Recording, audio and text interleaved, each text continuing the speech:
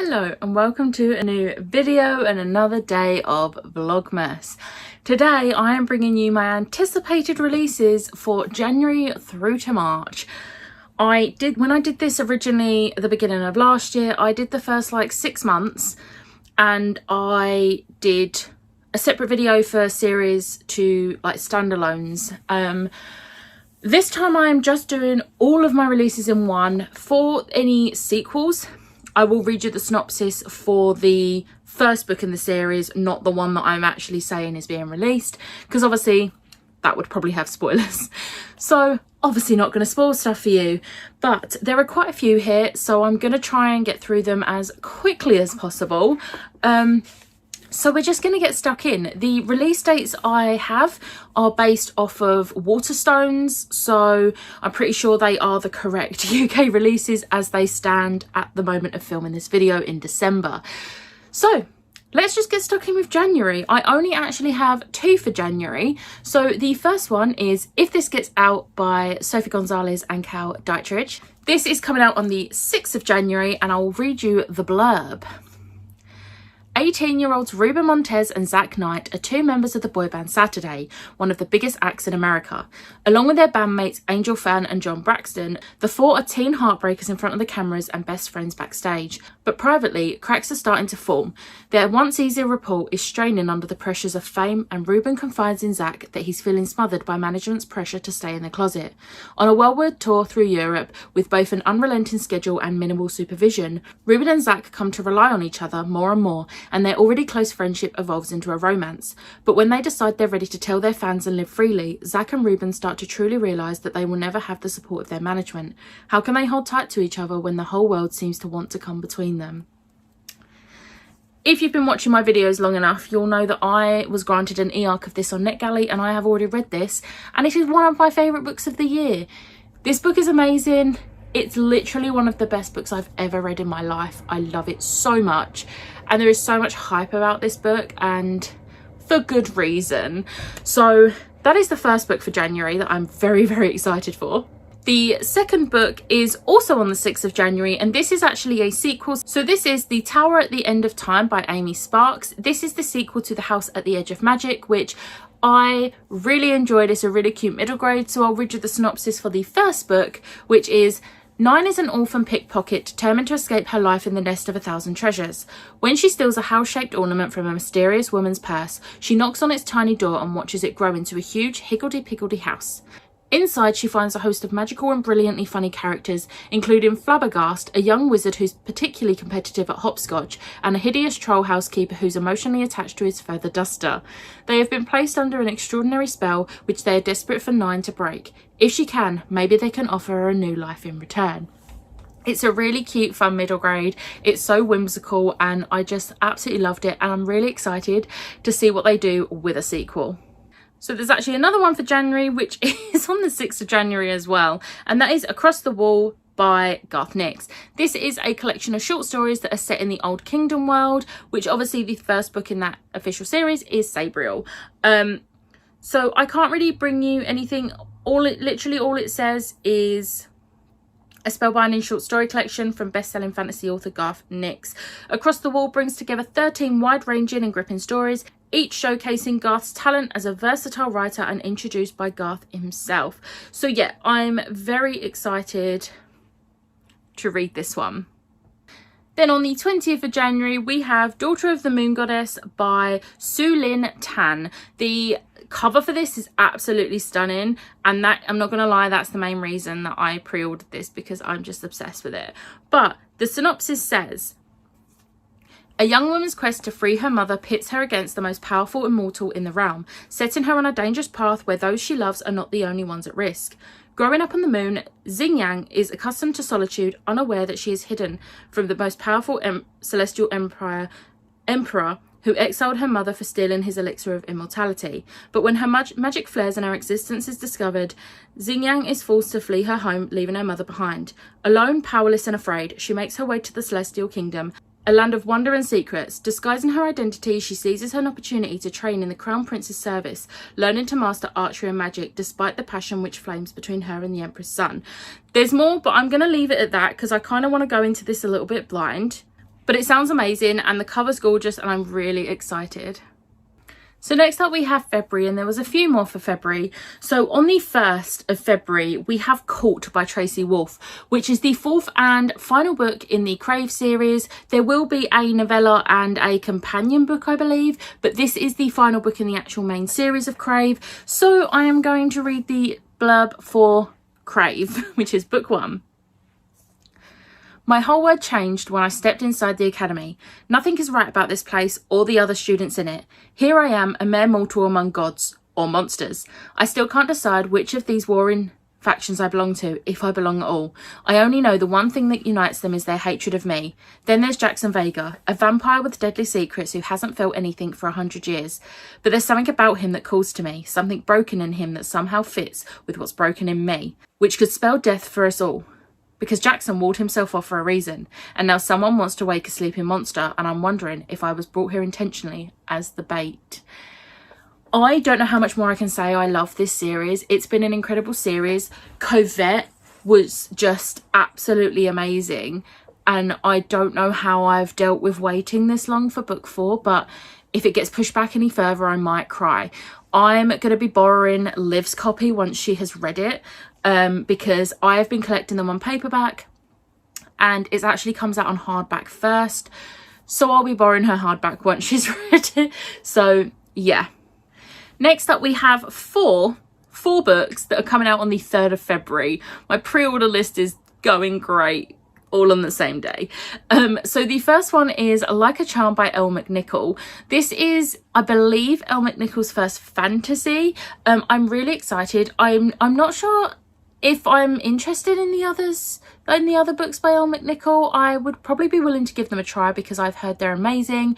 But for now, fantasy is the one I'm most interested in. So the blurb for this one is: Edinburgh is a city filled with magical creatures. No one can see them until Ramya knocks. As she's pulled into her family's world of secrets and spells, Ramya sets out to discover the truth behind the hidden folk with only 3 words of warning from her grandfather: beware the sirens. Plunged into an adventure that will change everything, Ramya is about to learn that there is more to her powers than she ever imagined. That sounds amazing. Like, sounds so good. So yeah. The next 3rd of February release is A Storm of Sisters by Michelle Harrison. This is the 4th book in the Pinch of Magic series, which I am so happy about because I originally thought this was only a trilogy, but then a 4th book got announced and I've never been happier because yes, I love this series. It is one of my favourites, and I'm just going to read you the blurb for Pinch Magic because it's so good. A spellbinding middle grade fantasy about 3 sisters, adventurous Betty, curious Charlie and proper Fliss, who go on a quest to break the curse that's haunted their family for generations. All Betty Widdershins wants is an adventure, one that takes her far away from Crowstone, the gloomy island where she has always lived. But instead of an adventure, Betty and her sisters Fliss and Charlie are given of a set of magical objects, each with its own powers: a scruffy carpet bag, a set of wooden nesting dolls, and a gilt-framed mirror. And these magical objects come with their own terrible secret. The sisters' family is haunted by generations-long curse that prevents them from ever leaving their island at the cost of death. The sisters set out to break the curse and free their family forever, but after stumbling upon a mysterious prisoner who claims to be able to help them, they find themselves in great danger, and in order to break the curse and stay alive, they must unravel a mystery that goes back centuries, one that involves shipwrecks, smugglers, and sorcery of the most perilous kind. It's just such a good middle grade, and honestly, if you haven't read it, I highly recommend it. It is just such a good series. So the 3rd of February release is the 3rd book in the Starfell series by Dominique Valente. So the 3rd book is called Willow Moss and the Vanished Kingdom. Now this has actually been out a while, however the paperback is being released on the 3rd of February and I'm very excited to finally read it because I have them all in paperback, so I haven't been able to get it in hardback. But I will read you the synopsis for the 1st book in the series. Misfit witch Willow Moss holds the fate of the magical world of Starfell in her rather unremarkable hands.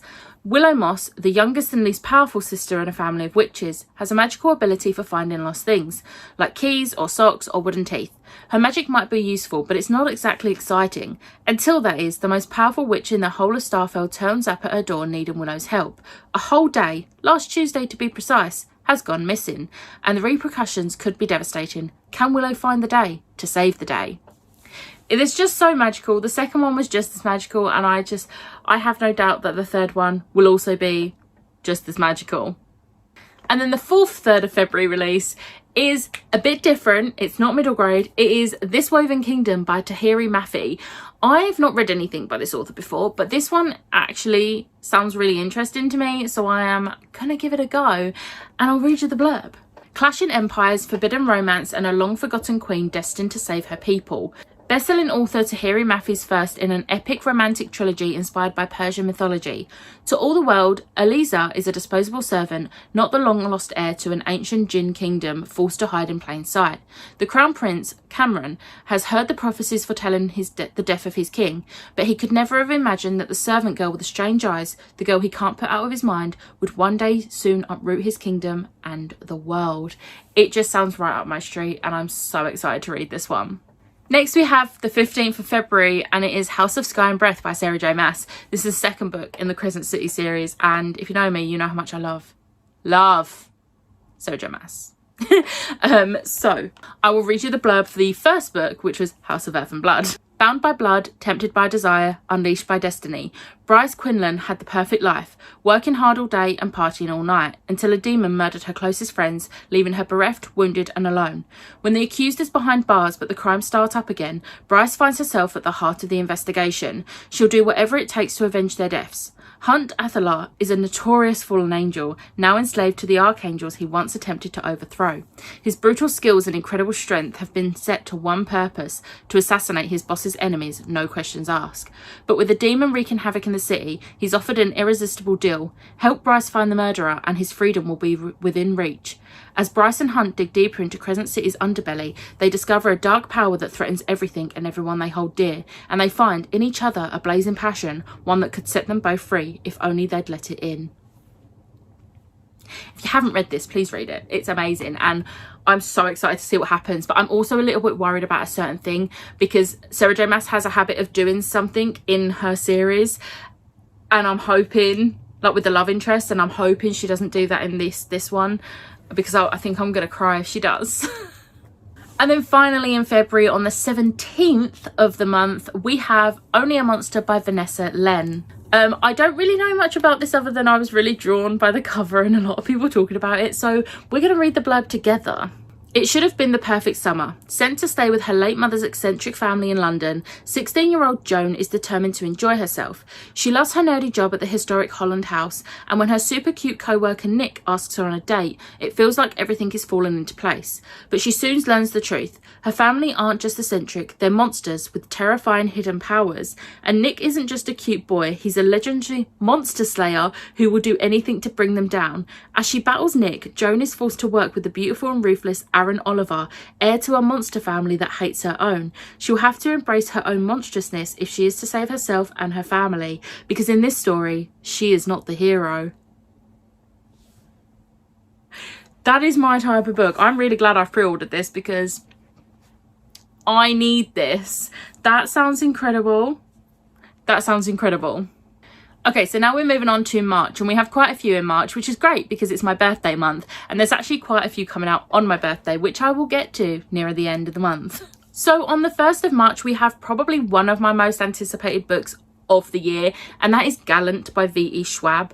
I'm going to be completely honest, I haven't read the synopsis for this. All I know is that it's V.E. Schwab, and I love her writing so much, and I've liked every book I've read by her, so yeah.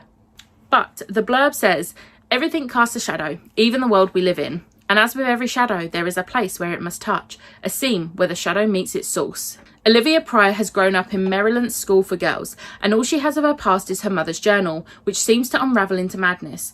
Then a letter invites Olivia to come home, to Gallant. Yet when Olivia arrives, no one is expecting her, but Olivia is not about to leave the first place that feels like home. It doesn't matter if her cousin Matthew is hostile, or if she sees half-formed ghouls haunting the hallways. Olivia knows that Gallant is hiding secrets, and she's determined to uncover them. When she crosses a ruined wall at just the right moment, Olivia finds herself in a place that is Gallant, but not. The manor is crumbling, the ghouls are solid, and a mysterious figure rules over them. Now Olivia sees what has unravelled generations of her family and where her father may have come from. Olivia has always wanted to belong somewhere, but will she take her place as a Pryor, protecting our world against the master of the house, or will she take her place placed beside him. And it even says the secret garden meets Crimson Peak. I love Crimson Peak. I'm here for this. I'm so excited. So excited for this. Next up, we have on the 3rd of March, there's a few 3rd of March ones here, bear with. But first of the 3rd of March ones, we have Rainbow Grey, Eye of the Storm by Laura Ellen Anderson. This is the 2nd book in the Rainbow Grey series, and honestly, if you haven't read it, oh my god, read it. It's amazing. The blurb for the first book literally says, 10-year-old Ray Grey lives in the magical Weatherlands high in the sky. Ray is surrounded by weatherlings with astounding weather powers at their fingertips, but she doesn't have any magic. Then, after a trip to Earth, Ray's life changes forever. She is transformed from Ray Grey into Rainbow Grey. With the help of her best friends and exploding cloud cat Nim, now all Ray has to do is master her powers and save the world from a mysterious, powerful enemy. It's so good, and you'll fall in love with her cloud cat Nim. He's amazing. Next up, another 3rd of March release is I Kiss Chara Wheeler by Casey McQuiston. This is obviously the 3rd standalone by this author. I have read Red, White and Royal Blue, but I have not yet read One Last Stop. But this sounds amazing. So the blurb says, Chloe Green is so close to winning. After her mum's moved from SoCal to Alabama for high school, she spent the past 4 years dodging gossipy classmates and a puritanical administration at Willow Grove Christian Academy. The thing that's kept her going, winning valedictorian. Her only rival, prom queen Chara Wheeler, the principal's perfect progeny. But a month before graduation, Chara kisses Chloe and vanishes. On a furious hunt for answers, Chloe discovers she's not the only one Chara kissed. There's also Smith, Chara's long-time quarterback sweetheart, and Rory, Chara's bad boy neighbour with a crush. The three have nothing in common except Chara and the annoyingly cryptic note she left behind, but together they must untangle Chara's trail of clues and find her. This sounds a lot like Paper Towns, but I'm hoping it's better than Paper Towns, because whilst that was an okay book, I would like it better. So yeah, I'm really excited to read this, so yeah. Then another one on the 3rd of March is Ecstasia by Claire Legrand. Now, I mostly want this just because Claire Legrand, I really love her Emporium trilogy, so I'm going to buy everything she writes. Her name is unimportant. All you must know is that today she will become one of the 4 saints of Haven. The elders will mark her and place the red hood on her head. With her sisters, she will stand against the evil power that lives beneath the Black Mountain, an evil which has already killed 9 of her village's men. She will tell no one of the white-eyed beasts that follow her, or the faceless grey women tall as houses, or the girls she saw kissing in the elm grove. Today she will be a saint of Haven. She will rid her family of her mother's shame at last and save her people from destruction. She is not afraid. Are you? That sounds really good. I'm really invested in this. And then also on the 3rd of March, we have The Last Firefox by Lee Newberry. So, between bullies at school and changes at home, Charlie Challenger finds life a bit scary. And when he's made the guardian of a furry fox club called Cadno, things get a whole lot scarier. Because Cadno isn't just any fox, he's a firefox, the only one of his kind, and a sinister hunter from another world is on his trail. That sounds really cute. I've seen Lisa from Lisa Does Life has just like 5-starred this. So I'm very excited. So the next 3rd of March release is Cameron Battle and the Hidden Kingdoms by Jamar J. Perry. Now, the blurb for this one is very short. It literally says, this middle grade fantasy adventure story inspired by West African and Igbo mythology stars a black boy who discovers magic in a book passed through his family over generations and realises it may be up to him and his friends to bridge the barrier between worlds to save a hidden kingdom. That's literally all it says, and I'm so intrigued by it. It sounds amazing and I'm so excited. And then the final 3rd of March release is The Keeper by Guadalupe Garcia McCall. If I've pronounced that wrong, I apologise. But this literally says, the first letter turns up on his desk. The second is stuck between the spokes of his bike. The third flies through the kitchen window, and they are all addressed to James from someone called the Keeper. Moving from Texas to Oregon was a bad idea. No sooner have James and his family arrived in their perfect new town than he starts getting mysterious and sinister letters from someone called the Keeper, someone who claims to be watching him, someone who is looking for young blood. James and his sister Ava are obviously in danger, but the problem with making a fuss about moving and having a history of playing practical jokes is that no one believes James, not even his parents. Now James and Ava need to figure out who is sending the letters before they become the next victims in their neighbourhood's long history of missing children. Because one thing is clear, uncovering the truth about the Keeper is the only thing that will keep them alive. Full of chilling twists that will keep readers guessing till the end, this middle grade novel is perfect for fans of the Jumbies, the Night Gardener and other tales of things that go bump in the night. I'm so excited. I need more middle grade like horror thriller type books in my life because I'm not a massive fan of it. So when it's YA or middle grade, I'm like, yes, my perfect level. But this sounds amazing. So yeah. The next one is a 17th of March release, and it is Yesterday, Crumb and the Storm in a Teacup by Andy Segar. This sounds so cute. So I only found out about this book because of Gavin over at How to Train Your Gavin. He mentioned this in his anticipated middle grade releases of January to March 2022 because the author reached out to him on a tweet to promote his book, and honestly this sounds so good. So Yesterday, Crumb is no ordinary girl. She was born with foxes that have cursed her to a lonely life working in the circus, and her origins are a complete mystery. But she is about to escape into the adventure of a lifetime when she learns that she's a strangeling who's lost her magic. Taken in by Miss Dumpling, the flamboyant tea witch, Yesterday is introduced to a magical walk-in tea shop filled with fantastical customers, a flying teapot turtle called Pascal, and powerful spells in every teacup. Yesterday starts to rediscover her magic and to feel a sense of belonging, but a mysterious figure of darkness is working hard to ensure her new life becomes crashing down, and it all starts with a deadly shard of ice in Yesterday's heart. But there's nothing that can't be solved with a pot of tea, a slice of cake, and a big dash of magic. How cute and adorable does that sound? I need that book in my life. I'm so excited for it. And then the final three that I'm going to talk about on this video are all released on my birthday, the 31st of March. So my birthday is going to be a good day. I mean, it always is anyway, but it's going to be even better. So the first one is Wingbearer by Marjorie M. Liu and Tenny Isaac Hannian. So this says, Zuli is extraordinary. She just doesn't realise it yet. Raised by mystical bird spirits in the branches of the great tree, she's never ventured beyond this safe haven. She's never had to, until now.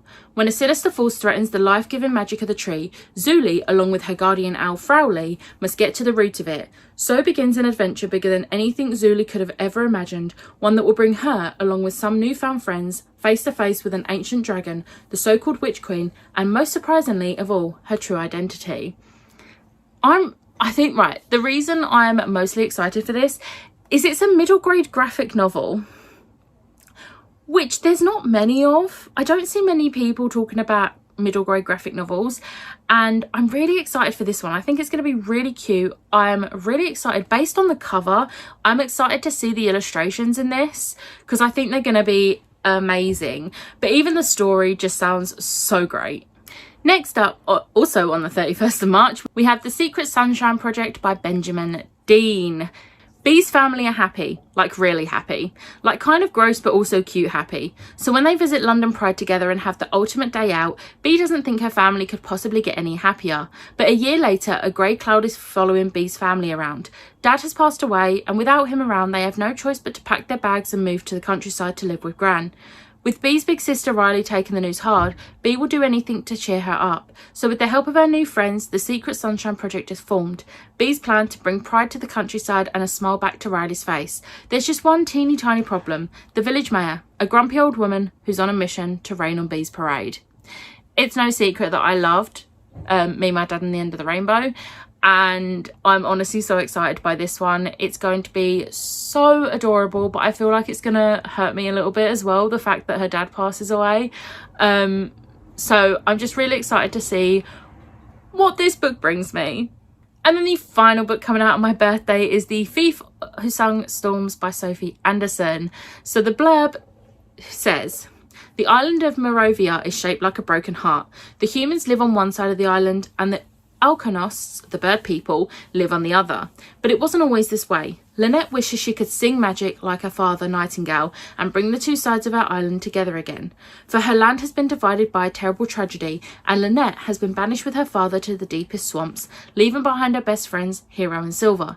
So when her father is captured, Lynette must be brave and embark on a treacherous journey. Through alligator pools and sinking sands, she finds new friends. Yet without her singing magic, Lynette discovers something even more powerful, something that could save her father and heal the broken heart of her island once more. This sounds so cute. I've never actually read a Sophie Anderson book. I know. I'm working on it, okay? I don't own any yet. They all sound amazing, and this one especially I think is going to be amazing. And it even says, with themes of grief, trust, love, and that we have more in common than that which divides us, this is a heartfelt book filled with adventure and stunning storytelling from best-selling Sophie Anderson. I think this is going to be amazing, and I'm really excited. So that was all of my anticipated releases for the first 3 months. I'm apologising right now if the editing there was a bit choppy, because I actually filmed everything and then realised I'd forgotten to add a few. So I then had to go back and film the additional ones that I'd forgotten to add and then fit them in when I'm editing. So editing Becca, I apologise. But I hope you got some good recommendations. Let me know if there's any books that you're super excited for the first 3 months of the year, because I would love to extend this list for myself, because I don't have enough pre-ordered clearly. But I will be obviously doing another one of these in March time with my April to May releases, so I'll catch you there. But I will also catch you in my next video. But I hope you enjoyed this. Hit the like button, hit the subscribe button, and I will see you next time. Bye.